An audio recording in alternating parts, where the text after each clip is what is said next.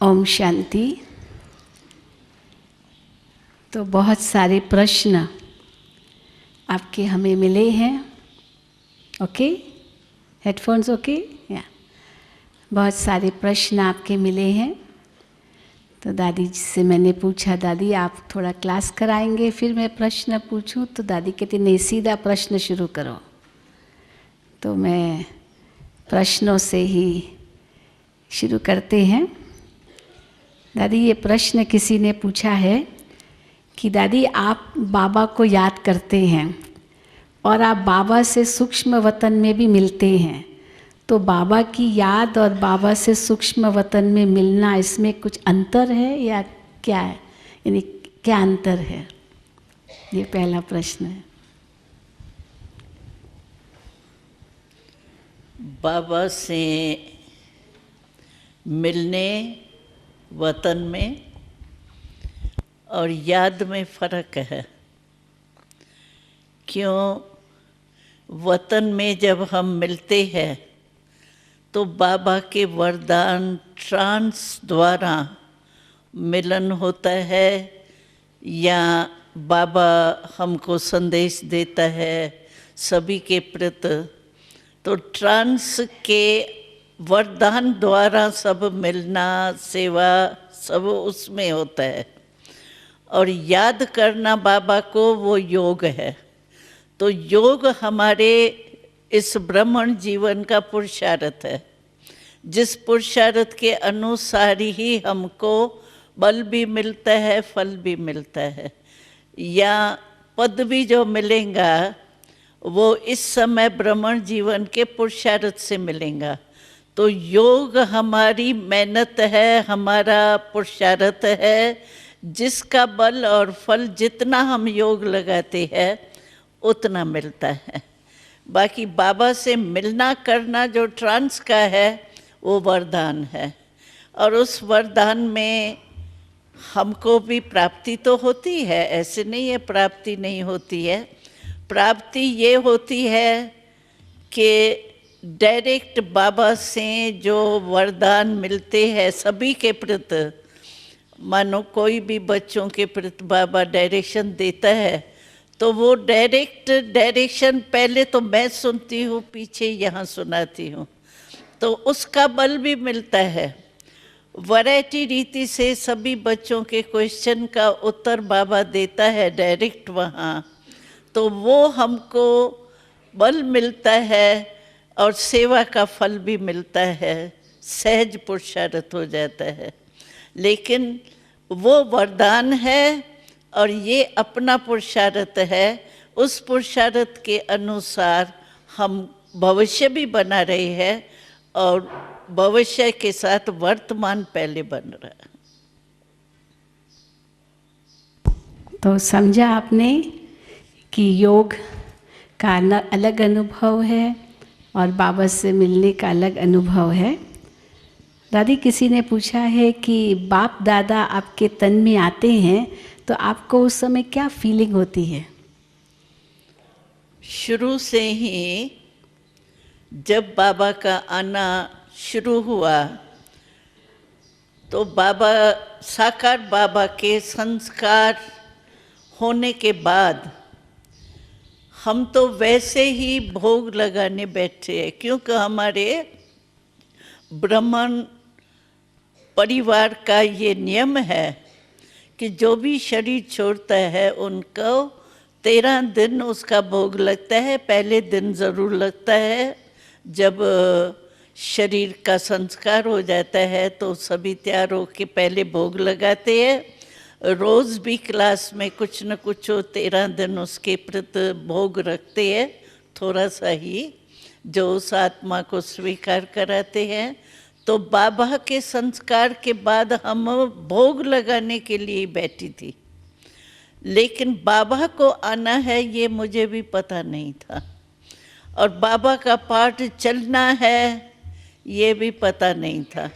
जैसे क्वेश्चन सभी के थे, क्योंकि अचानक बाबा का हुआ था तो सबके मन में ये क्वेश्चन थे। तो बाबा अव्यक्त हो गया तो सेंटर कैसे चलेंगे, मुरली कैसे मिलेंगी, और डायरेक्शन कौन देगा, ये सब के क्वेश्चन थे, हमारे भी क्वेश्चन थे। लेकिन जब भोग लगाने बैठे थे तो अचानक उसी दिन बाबा आया था। ये जो पाठ हमारा शुरू हुआ उसी दिन बाबा अचानक आया था, और उसी दिन ही मैं समझती हूँ सारे क्वेश्चंस का उत्तर दिया था। तो सभी के मन में जो दुविधाएं थी ना, क्या होगा कैसे होगा, तो वो बाबा ने सभी उत्तर देने थे, क्योंकि बच्चों के क्वेश्चन चलेंगे तो थे तो ऐसे ही ना, क्या क्यों, इसीलिए बाबा ने फौरन ही स्टॉप करने के लिए आए थे। तो पहले दिन से हमें ये अनुभव है कि जितना समय बाबा हमारे बॉडी में, शरीर में आते हैं, यूज़ करते हैं हमारी बॉडी, उतना समय मेरे को कुछ पता नहीं होता है। आत्मा तो मेरी यहाँ ही होती है शरीर में, क्योंकि आत्मा अगर 4-4 घंटा निकल जाए तो प्रवेश होना मुश्किल है। इसीलिए होती तो आत्मा हमारी इसी शरीर में ही है, लेकिन हमारा कॉन्शियसनेस, मैं गुलजार हूँ, ये कॉन्शियसनेस जो है वो मर्ज होती है। जैसे रेडियो होता है ना, रेडियो में या टीवी में आप जो भी आपको लाइन, क्या कहते हैं इसको, टीवी में क्या करते हैं, चैनल जो भी आप खोलो उसका आपको आवाज़ आएगा।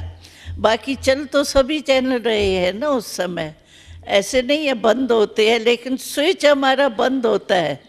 इसीलिए चैनल चलते हुए जिसका हम स्विच खोलते हैं वही हमको सुनाई देता है, देखने में आता है। इसी रीति से हमारे को बाबा जो सभा में होता है, मिलते हैं, आते हैं, जो भी होता है, इसका कॉन्शियसनेस हमारा बंद होता है। लेकिन मेरी क्या स्टेज होती है, इतना समय मैं अपने को बिल्कुल ऐसी मीठी साइलेंस में अनुभव करती हूँ। बहुत अच्छा अनुभव होता है उतना समय, एकदम जैसे डेड साइलेंस नहीं, स्वीट साइलेंस, एकदम जैसे बाबा के लव में लीन हूँ या बीज रूप हूँ, वो भी कुछ नहीं होता है, लेकिन एकदम स्वीट साइलेंस के स्टेज में जैसे मैं मग्न रहती हूँ। इसीलिए मुझे लौट के आने में थकावट नहीं लगती है, क्योंकि मैं तो बहुत अच्छी स्टेज से लौटती हूँ। तो स्वीट साइलेंस के स्टेज से लौटने के कारण मेरे को थकावट भी नहीं होती, और जो यहाँ चलता है वो कुछ दिखाई नहीं देता, सुनाई नहीं देता। लेकिन क्वेश्चन दूसरा कोई करते हैं तो आपको ये नहीं आता, तो मैं भी सुनती तो अच्छा है।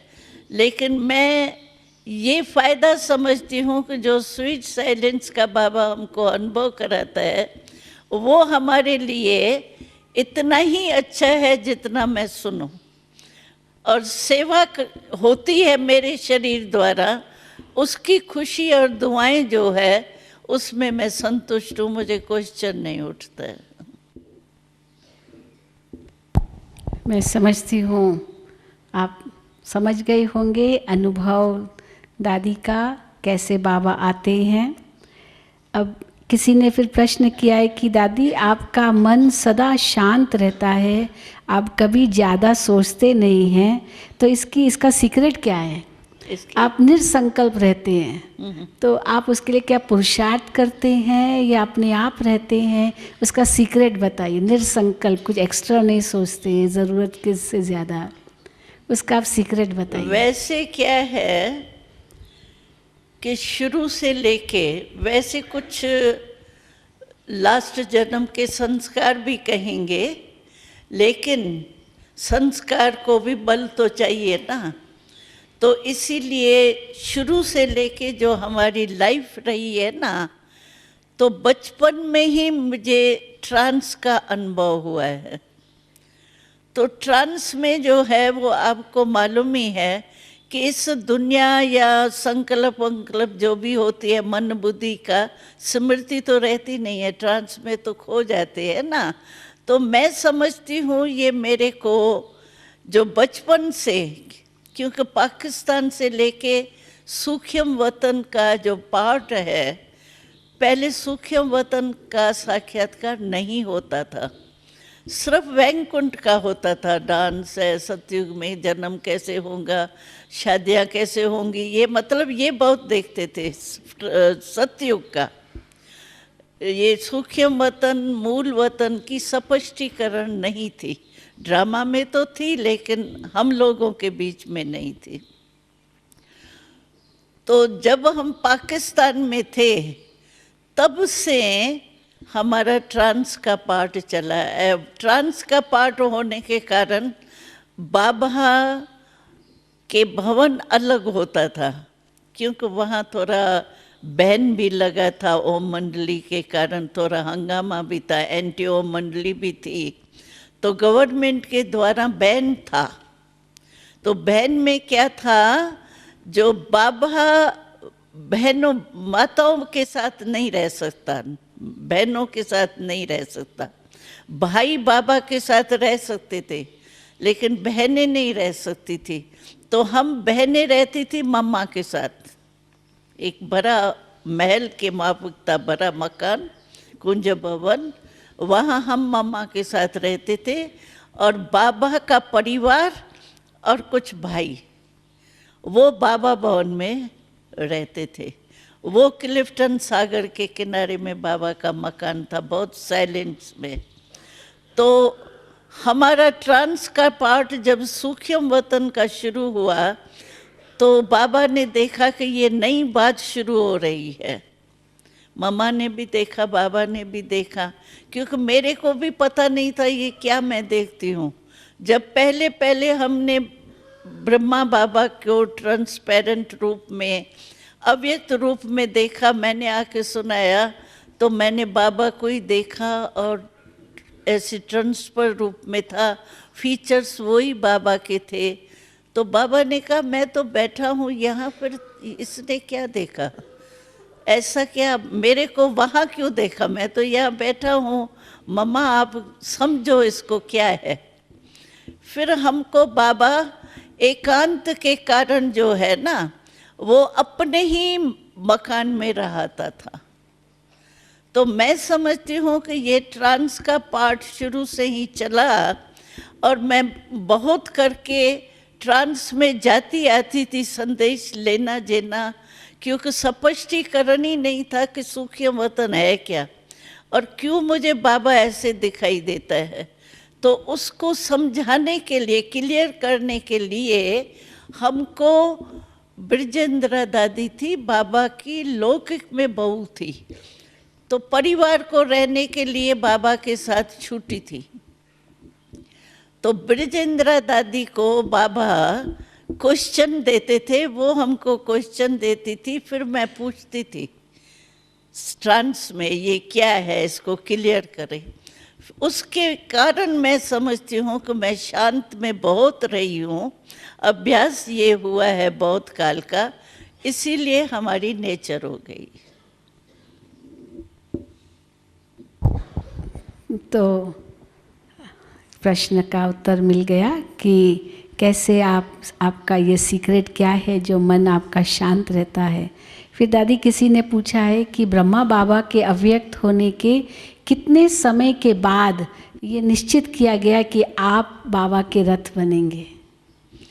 वो जब पहले बाबा आया ना, पहले तो क्वेश्चन के उत्तर ही दिए हैं मेरे ध्यान में अभी भी।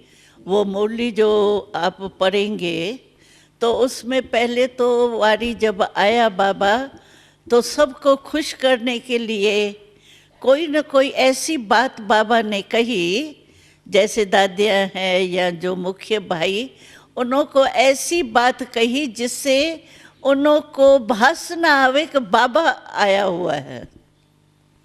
समझो साकार में जो बाबा ने उनको कुछ कहा होगा ना, तो पहले ही मिलने में बाबा ने उन्हों को ऐसी कोई बातें बताई, कही, समझो मुलाकात करता है तो जो बाबा उनको विशेष वो टाइटल दे के बोलता है, उसी ही रूप से बाबा ने उन्हों से मुलाकात की। तो सभी के अंदर ये वायुमंडल हो गया, बाबा आया, बाबा आया, बाबा आया। नहीं तो नई बात थी ना, बाबा कहाँ से आएगा, चला गया। तो इसीलिए बाबा ने पहले मुरली में तो क्वेश्चंस के उत्तर दिए हैं, लेकिन डायरेक्शन दिया था। तो ये बाबा मिलता रहेगा, बाबा आता रहेगा। और बाबा फिर दूसरे तीसरे वारी भी आया, तो उसमें बाबा ने दादी और दीदी को मुकर्रर किया, निश्चित किया सभी सभा के आगे। तो ये आप के निमित्त बनेंगी। और संदेशी का पाठ जो है वो एक ही रथ द्वारा चलेगा। बाबा ने अनाउंस किया था, बस 1-2 मुरली के बाद ही किया था। तो 1-2 मुरली के बाद फिर किसने, दादी जी ने डिसाइड किया कि आप ही रथ रहेंगे? बाबा ने कहा ना, तो एक ही रथ द्वारा हो। तो दादी दीदी से पूछा होगा, भाई आप को यही राय पसंद है? तो उन्होंने कहा एक ही हो तो ठीक है। तो बस वो चल पड़ा। तो उसी अनुसार से बाप दादा का रथ गुलजार दादी का मुकर्रर किया गया। किसी ने दादी प्रश्न किया है कि समझो अभी, एक मिनट, सॉरी, बाबा कहते हैं कि last so fast so first तुम बच्चे आ सकते हो, तो शॉर्टकट आप बताइए last so fast so first आने का। क्या शॉर्टकट? क्योंकि हम अभी बहुत लेट आए हैं, और तो कैसे हम आ सकते, इतना लेट आए हैं, last so fast so first कैसे जा सकेंगे? तो शॉर्टकट चाहिए ना। मुझे मम्मा की बात इसमें याद आ रही है। मम्मा अपना अनुभव सुनाती थी, क्योंकि मम्मा जो है उसको कोर्स कराने वाली भी और थी, जो पहले मम्मा की भी आती थी, और वो अभी नहीं है, मतलब दुनिया में चली गई और शरीर भी छोड़ दिया अभी तो। लेकिन मम्मा से सभी पूछते थे कि मम्मा, क्योंकि दीदी दादी, ये निर्मल शांता, बिरजेंद्रा दादी, ये सब बड़े थे, मम्मा के साथ समान थे। दादियाँ हैं, चंद्रमणि दादी, ये मम्मा के जैसी थी और वो बड़ी थी। तो मम्मा से सब क्वेश्चन करते थे कि मम्मा आप मम्मा कैसे बन गई, आपकी क्या विशेषता है? तो मम्मा 2 शब्दों में उत्तर देती थी। मम्मा ने कहा, मैंने शुरू से ये लक्ष्य रखा कि बाबा ने कहा और मैंने किया। समझ गए ये? हाँ? तो अगर लास्ट सो फास्ट जाना है तो बाबा की श्रीमत जो भी अमृत वेले से लेके है ना, रात्रि तक हर कर्म के लिए बाबा की श्रीमत है। सुबह को उठो, कैसे उठो, क्या करो, सो क्या सोच के सो, और फिर सुबह को उठ के उसी उमंग उत्साह से उठो।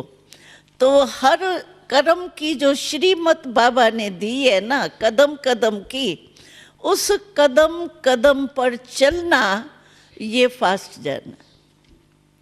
सिर्फ ये आप करो बस, श्रीमत बाबा की है या नहीं है। एक भी कर्म श्रीमत के स्वयं नहीं हो तो ये फॉलो फादर हो जाएगा और आप पहुंच जाएंगे, फरिश्ता बन जाएंगे। फिर किसी ने पूछा है कि बाबा कहते हैं कंबाइंड फॉर्म में रहो, तो कंबाइंड फॉर्म में का मतलब क्या है? जैसे हम बाबा में मर्ज्ड हैं और बाबा कार्य कर रहा है, या बाबा की शक्ति हमारे द्वारा कार्य कर रही है? कंबाइंड फॉर्म का आप सही रूप बताएं।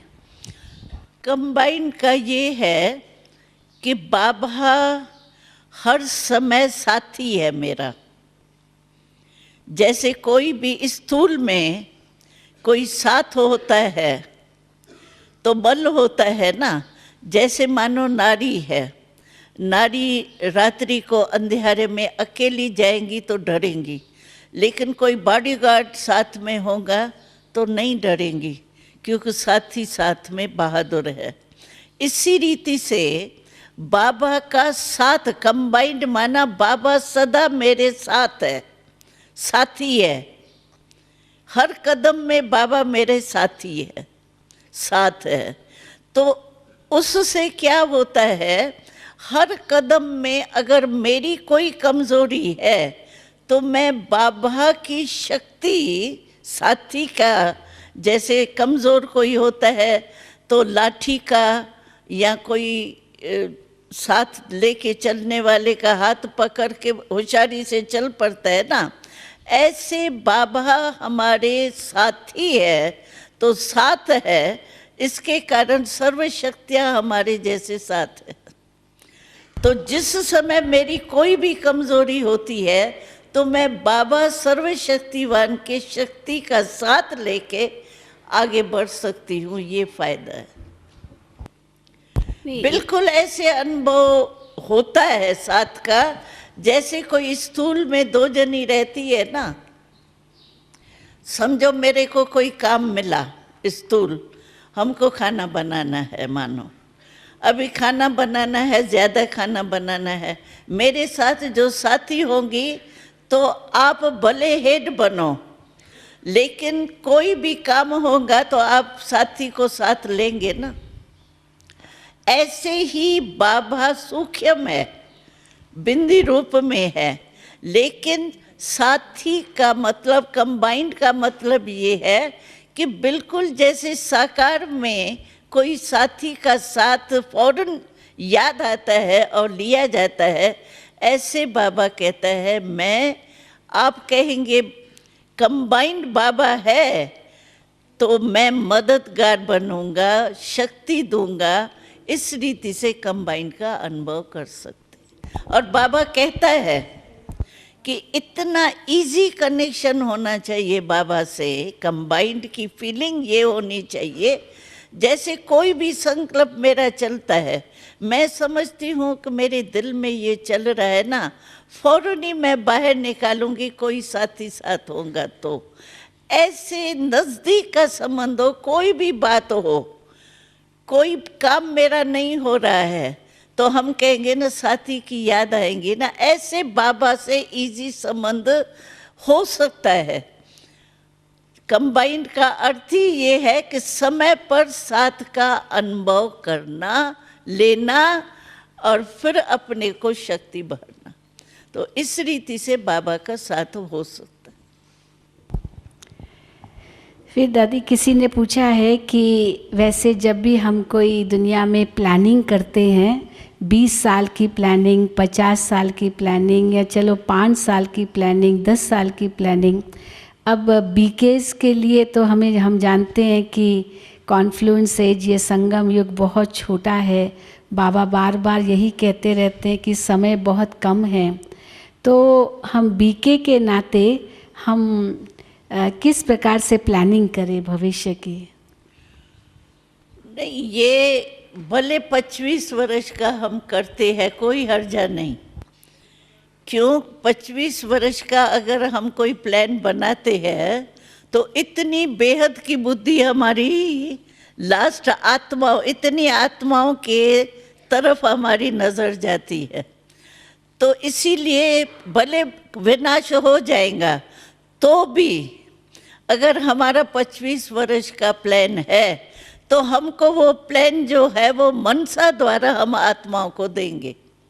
हमारा लांग दृष्टि गई ना, ऊंची दृष्टि, दूर तक दृष्टि गई ना, तो भले विनाश भी हो जाएगा ना, तो भी हमको होगा कि हमको इन आत्माओं को मनसा द्वारा भी संदेश जरूर देना है, कुछ न कुछ वो बाबा कहते हैं ना भाई, महादानी बन के कुछ न कुछ उसको देना ही है।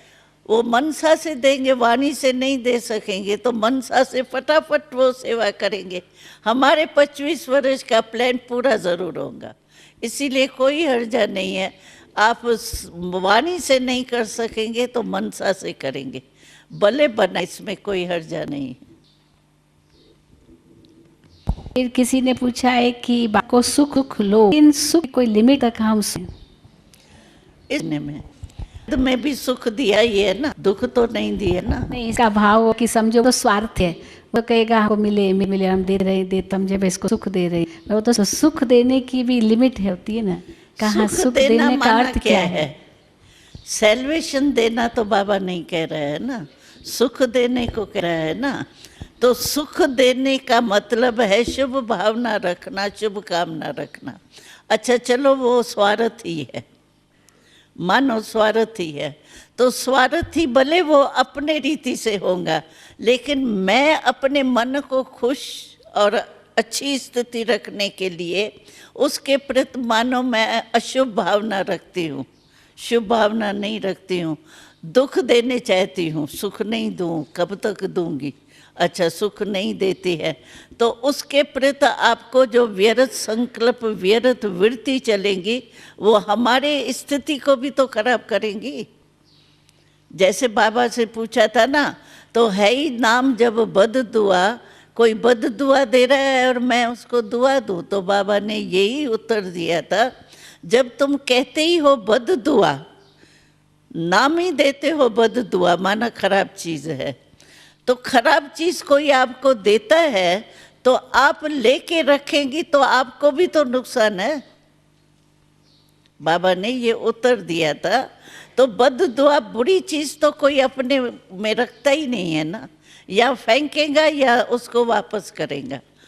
तो इसी रीति से अगर मानो वो स्वार्थी है, लेकिन मैं अपना फर्ज पालन करूं, जितना हो सकता है मेरे से मैं दूं, दुख तो नहीं दूं ना, दुख देना तो मेरा पाप बन जाएगा।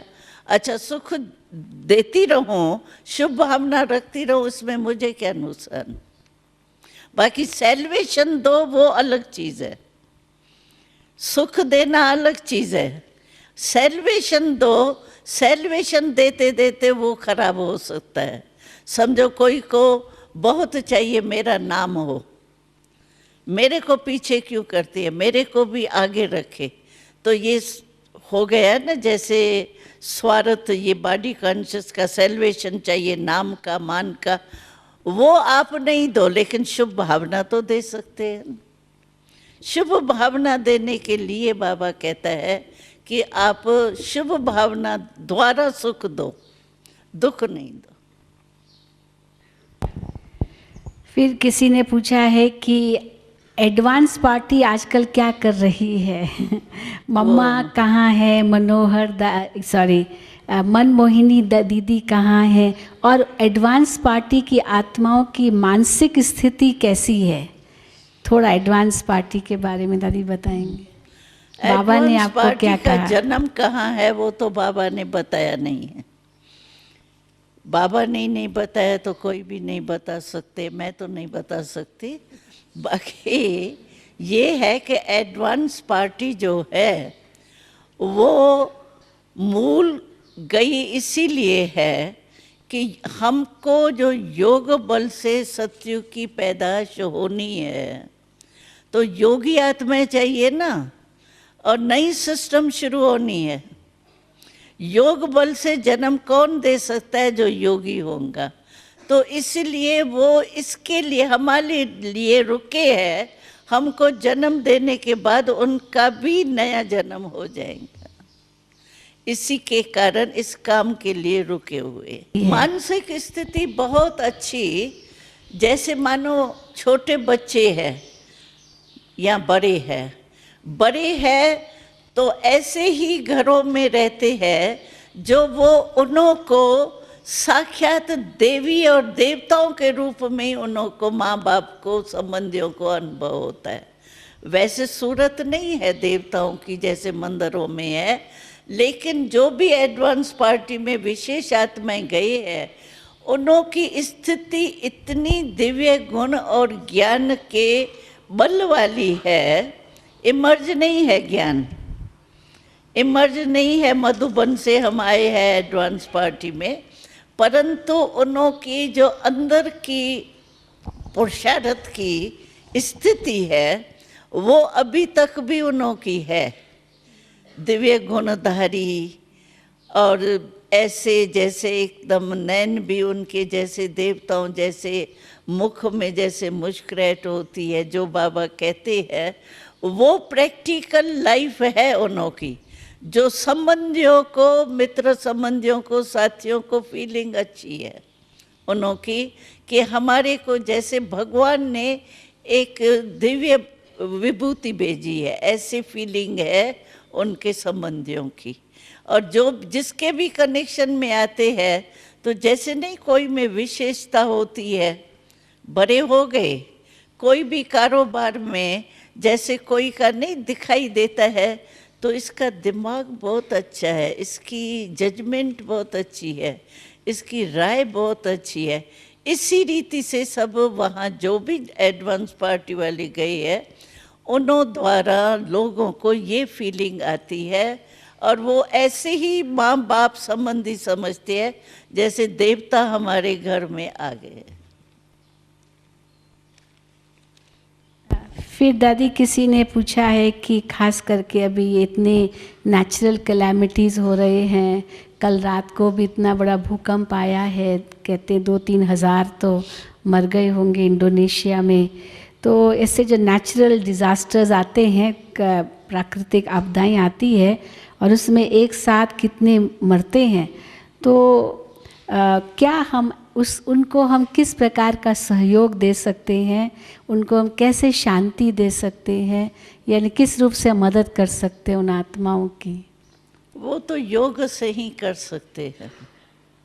योग बल हमारा इतना होना चाहिए, क्योंकि हम कोई एक आत्मा को सामने रख कर के सकाश नहीं देते हैं। बाबा जो कहते हैं आप सेवा करो, मनसा सेवा करो, तो हम एक आत्मा के सामने शिकल रख करके तो नहीं करते हैं ना, विश्व की सेवा करते हैं तो आत्माओं को ही सामने रखते हैं। इसी रीति से हम योग द्वारा सुख, हमारे में सुख की जमा होगा स्टॉक, तो हम दूसरे को योग बल द्वारा, सकाश द्वारा, वाइब्रेशन द्वारा वो दे सकते हैं।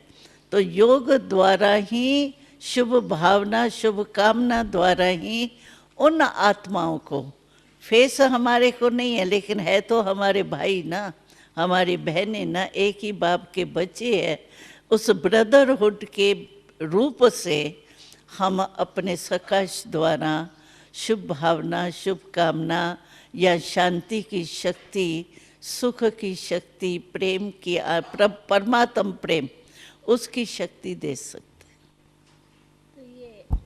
तो इसी के साथ प्रश्न है कि सूक्ष्म शरीर द्वारा हम कैसे सूक्ष्म सेवा कर सकते हैं?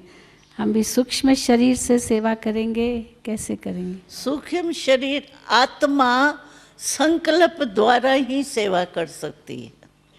सूक्ष्म शरीर तो यानी मैं फरिश्ता हूँ उस रूप से कर सकते हो, बाकी सूक्ष्म वतन का सूक्ष्म शरीर धारण करके मैं जा रही हूँ, ये तो टेम्पररी होगा। लेकिन आत्मा संकल्प शक्ति द्वारा, शुभ भावना भी सूक्ष्म संकल्प की शक्ति है, शुभ कामना भी सूक्ष्म शक्ति की है। तो शक्ति रूप में मैं फरिश्ते रूप में स्थिति में स्थित होके, फरिश्ता माना मेरे बॉडी कॉन्शियसनेस की स्मृति नहीं हो। बाबा ने नहीं कहा था फरिश्ता माना जिसका जो पुरानी दुनिया है उससे कोई रिश्ता नहीं, अपने पुरानी दुनिया के बॉडी कॉन्शियसनेस से भी रिश्ता अलग आत्मा रूप में स्थित होवे, और आत्मा संकल्प द्वारा उन आत्माओं की सेवा कर सकती। स्टेज फरिश्ते के स्थिति द्वारा सेवा कर। एक प्रश्न, जब बाबा कहते हैं बेहद का वैराग्य रखो, बेहद की वैराग्य वृत्ति तो ये बेहद की वैराग्य वृत्ति थोड़ा स्पष्ट करेंगे दादी? बेहद की वैराग वृत्ति माना किसी के तरफ, आत्मा के तरफ, पदार्थ के तरफ अटैचमेंट नहीं हो, आसक्ति नहीं हो। एकदम जैसे यूज़ भी करते हैं, जैसे दवाई ज़रूरी समझ करके यूज़ करती है, दवाई में कभी लगाव नहीं लगेगा। मजबूरी से ज़रूरी समझ के, आवश्यक समझ करके लेते हैं। तो ऐसे ही कोई भी पदार्थ या कोई भी आत्मा का संबंध उस आकर्षण से, लगाव के आकर्षण से हमारे पास नहीं हो, न आत्मा न पदार्थ, न कोई संस्कार। कोई संस्कार से भी समझो हमारी नेचर है, हम कह देते हैं मैं चाहती नहीं हूँ लेकिन मेरी नेचर आप ही काम कर लेती है, क्या करूँ। लेकिन नेचर है तो पुरानी ना, और पुरानी नेचर जब हम कहते हैं हम मरजीवा बन गए, ब्राह्मण बन गए, तो शूद्रपन के संस्कार भी तो मर गए या संस्कार बच गए और मैं ब्राह्मण, शूद्र से ब्राह्मण बन गई? तो संस्कार भी तो मर गए ना पुराने। तो इसीलिए कोई भी पुराने संस्कार, अपने पदार्थ की आकर्षण, संबंध की आकर्षण, आत्माओं के कनेक्शन की, आधार की, ये कोई भी आकर्षण नहीं हो। मैं आत्मा हूँ और बाबा ही मेरा संसार है, बाबा ही मेरा पदार्थ देने वाला है, बाबा ही सर्व संबंधी है। एक ही के उसमें रहें, इसको कहते हैं बेहद का वैराग। कोई भी लगाव नहीं हो, वैराग माना कहाँ लगाव नहीं। सेवा में भी नहीं, मेरा जिज्ञासु, मेरा सेंटर, मेरे जिज्ञासु की मदोगरी, ये भी रंग है, क्योंकि मेरा तो है ही नहीं ना, बाबा का है ना।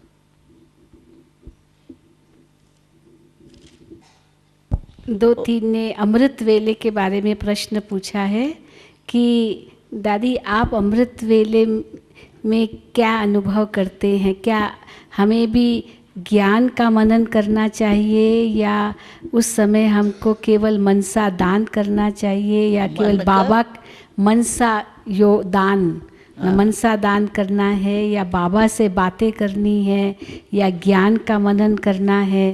तो अमृत वेला आप अपना अनुभव सुनाएं तो हम उस प्रकार करेंगे।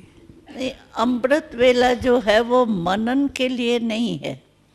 अगर हमारा कोई व्यर्थ संकल्प चलता है, मानो कोई अगले जन्म का कुछ किया हुआ होता है, कोई समस्या आई हुई होती है या कोई ऐसी बात हमारे से हो जाती है जो सोने के बाद भी वो आत्मा में समाया हुआ होता है, तो कभी व्यर्थ संकल्प आ जाते हैं या सेवा के संकल्प ज़्यादा चलते हैं। ऐसा किया था, ये क्यों नहीं हुआ, सफलता नहीं हुई, क्या है, कैसा है। तो बाबा कहते हैं जिस टाइम जो करना है ना, उस समय वो ही काम करना चाहिए। समझो सेवा उस समय नहीं ज़रूरी है, या व्यर्थ संकल्प उस समय करेंगे तो सारा टाइम भी वेस्ट उसमें चला जाएगा। उस समय हमारी स्टेज है, मैं बाबा से करेंट लेके आत्मा रूप में पहले स्थित हो जाए। मैं आत्मा हूँ और बाबा से कनेक्शन जुटा हुआ है, और बाबा से जो शक्ति मिल रही है वो ऑटोमेटिकली हमारी फैल रही है। मैं दे रही हूँ, नहीं दे रही हूँ, ये संकल्प भी नहीं। नेचुरल है। लाइट हाउस जो होता है वो सोचता है कि मैं लाइट दे रहा हूँ, ऑटोमेटिकली लाइट हाउस है, वो लाइट उसकी फैलेंगी। तो बाबा से मैं शक्ति ले रही हूँ और शक्ति के वायुमंडल में शक्ति जा रही है। लेकिन उस समय बस आत्मा और बाबा से कनेक्शन, रिलेशन गहरा हो। बस दाता बन के बाबा दे रहा है, मैं भी दाता बन के फैला रही। बस ये स्टेज होनी चाहिए। बाकी अगर मानो कोई आपका व्यर्थ संकल्प चलता है, उसको मिटाने के लिए आप मनन जरूर करो, क्योंकि व्यर्थ संकल्प इतना फास्ट होता है जो ब्रेक नहीं आती है जल्दी, और संकल्प को मिटाने के लिए संकल्प ही चाहिए। व्यर्थ संकल्प को मिटाने के लिए आपको मनन शक्ति यानी शुद्ध संकल्प करके उसको मिटाना है। जैसे अंधकार होता है तो हम स्विच ऑन करते हैं ना, तो रोशनी हो जाती है। ऐसे संकल्प व्यर्थ को मिटाने के लिए आप कोई वरदान या मुरली की कोई पॉइंट मनन करते हो, वो भले करो, उससे सिर्फ वो मिट जावे व्यर्थ संकल्प, जगह भर जावे। शुद्ध संकल्प की जगह बढ़ने से व्यर्थ संकल्प खत्म हो जावे। बाकी वैसे जो है वो हमको संकल्प वहाँ उस समय ये व्यर्थ या कोई शुभ मनन करने की आवश्यकता नहीं है। अमृत वेला हमको खुद बल भर के देने की बात है। जितना हम कनेक्शन खुद में भरेंगे ना, उतना ऑटोमेटिकली हमारा फैलेगा। रोहरियान करने की भी ज़रूरत नहीं है। बाबा देख ही रहा है, बच्ची बहुत अच्छा बैठी है, कनेक्शन लगा हुआ है, सकाश मिल रही है। रोहरियान करने की व्यर्थ संकल्प है या स्थिति टिकती नहीं है, उसके लिए ये दूसरा साधन है रोहरियान मनन। ये सेकंड स्टेज है। 4 स्टेज है ना। पहली स्टेज है बस आत्मा परमात्मा में लीन हो गई, माना लव में लीन हो गई, शक्तियाँ लेने में ही लीन हो गई, बिजी हो गई। लेकिन अगर वो नहीं स्टेज बनती है हमारी, तो सेकंड स्टेज है, फिर रोहरियान है, मनन है, ये सब सेकंड थर्ड स्टेज है। फर्स्ट स्टेज वो है।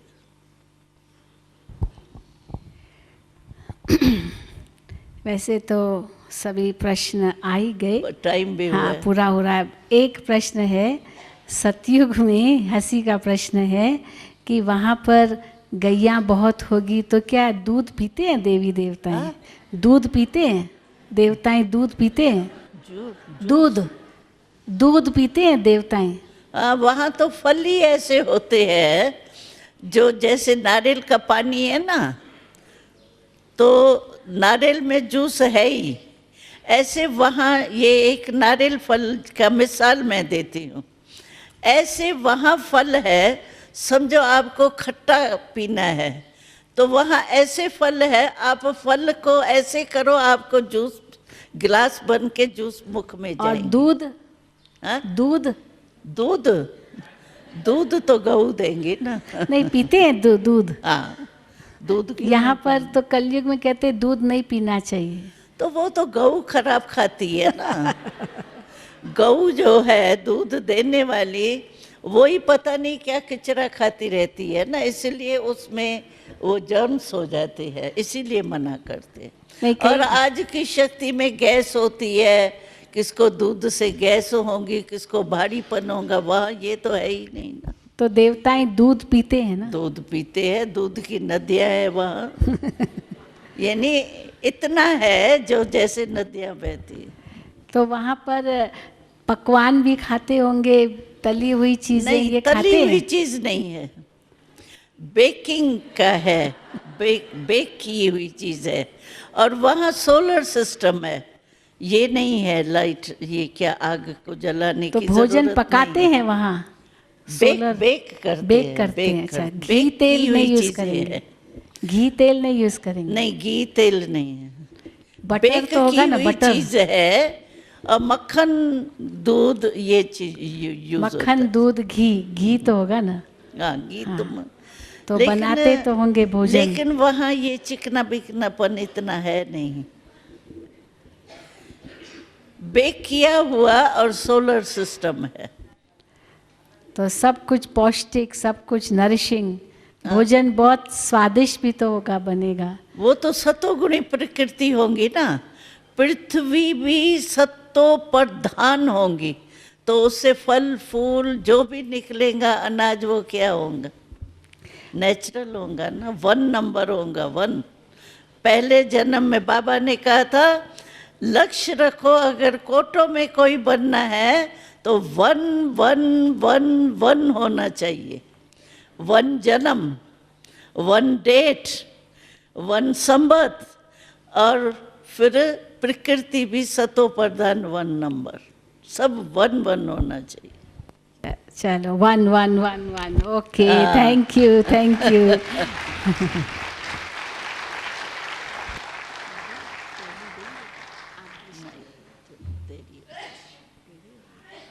मैंने पहले दी थी।